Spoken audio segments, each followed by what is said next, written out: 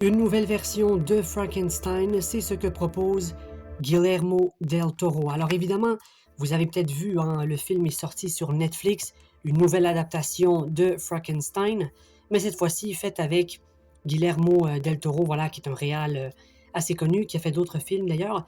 Alors moi, honnêtement, j'ai bien apprécié le film et j'ai envie un petit peu de vous en parler. Donc en fait, on va suivre l'histoire de Victor Frankenstein. Donc Frankenstein, c'est le nom du scientifique qui va créer voilà ce personnage, hein, qui revient des morts en fait. Et on va suivre voilà tout ce déroulement. J'ai beaucoup apprécié le développement des personnages. On sent par exemple que Guillermo il veut vraiment construire les personnages. Il prend son temps pour construire les personnages. Ça c'est un détail qui est assez marquant je trouve. Alors moi j'avais pas vu les autres films. Mais ce film, je le trouve intéressant quand même. Donc, ça dure à peu près 2h30. Ça paraît long, mais je vous assure que si vous êtes concentré, que vous avez envie, que vous êtes attaché à l'histoire, vous allez probablement apprécier. Je pense que c'est bien fait. Les scènes sont attachantes. Vous avez par exemple toute une histoire aussi sur Victor Frankenstein. Vous voyez un petit peu ses débuts à l'école, comment ce scientifique est arrivé justement à, euh, à créer disons, l'humain d'entre les morts. Donc, je ne veux pas rentrer trop en détail non plus parce que je ne veux pas vous spoiler le film. Donc, je vais essayer de rester en surface. Mais j'avais envie d'en parler. Alors, un truc que j'ai trouvé intéressant aussi, c'est que la colométrie. La colométrie est vraiment intéressante. À chaque fois que vous avez des scènes d'action, par exemple, l'image va être beaucoup plus jaune. Il y a un côté plus chaleur. Vous sentez la chaleur de l'action. Et quand c'est des scènes qui sont beaucoup plus froides, disons tristes, mais là, les couleurs vont être plus bleu, vert. Donc, il y a vraiment, je pense que Guillermo, il joue avec la colométrie du film et c'est intéressant, ça donne un côté, voilà, ça donne de l'ambiance, ça fait vibrer. Donc, pendant les 2h30, évidemment, vous aurez des moments d'action, des moments plus calmes. Et c'est ça aussi peut-être pour ça que des gens aiment pas trop aussi. Mais moi, j'ai bien apprécié parce que je trouve que chaque scène contribue à expliquer l'histoire. Donc, s'il n'y a pas des scènes de trop, je trouve que c'est parfait. En termes de scène, la durée du film est bien. On prend le temps de développer les personnages, de nous faire comprendre aussi la subtilité, les relations entre les personnages. Donc, il y a l'acteur aussi, hein, l'acteur Oscar Isaac, qui joue très bien. Je trouve qu'il joue assez bien, donc c'est lui le rôle principal. Il joue Victor Frankenstein, voilà. C'est lui le rôle principal du film. Alors, c'est intéressant aussi la musique est très bien amenée, je trouve. Vous avez voilà, une musique qui est pas trop présente, mais assez présente pour comprendre l'histoire. Donc, c'est très bien fait, je trouve. Moi, j'ai bien apprécié ce 2h30. C'est vrai que pour des gens, ça peut être long, surtout si on ne le connaît pas. Moi, je ne connais pas les autres adaptations de Frankenstein, hein.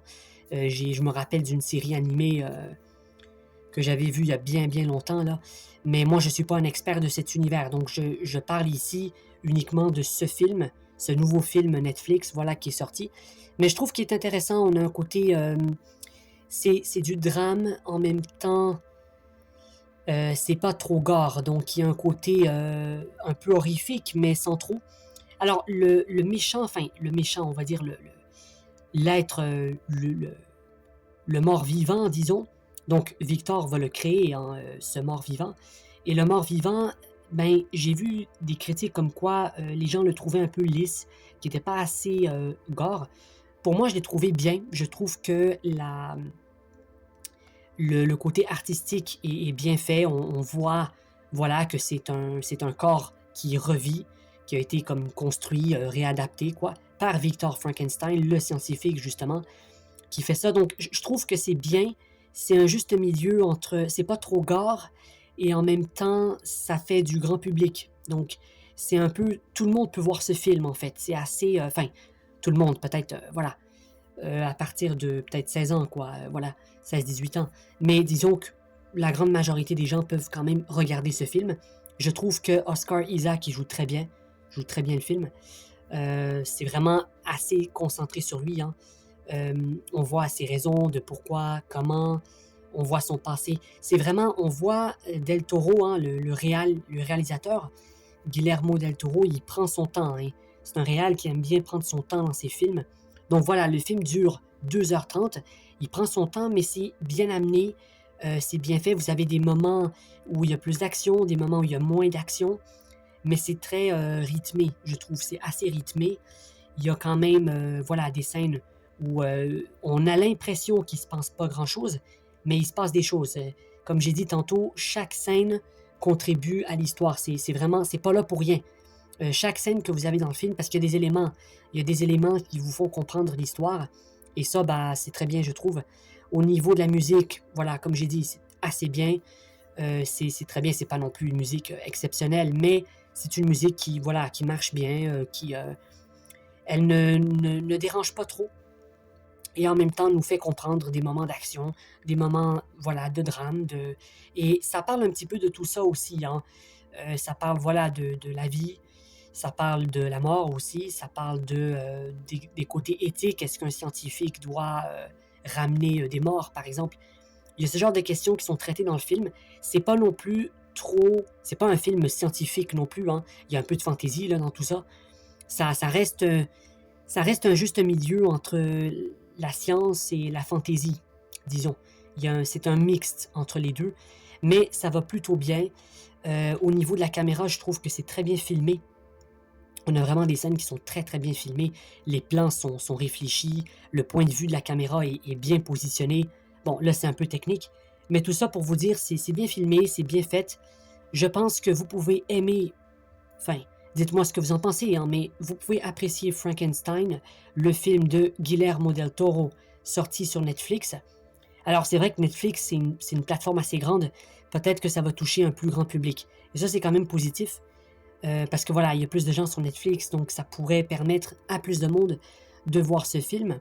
Moi, pour moi, bah, j'ai bien aimé. J'ai bien aimé le film, j'ai trouvé ça intéressant. Dites-moi ce que vous en pensez. Je vais pas en dire plus parce que sinon, je vais devoir spoiler. Donc, je vais rester ici. Je vais pas en dire plus.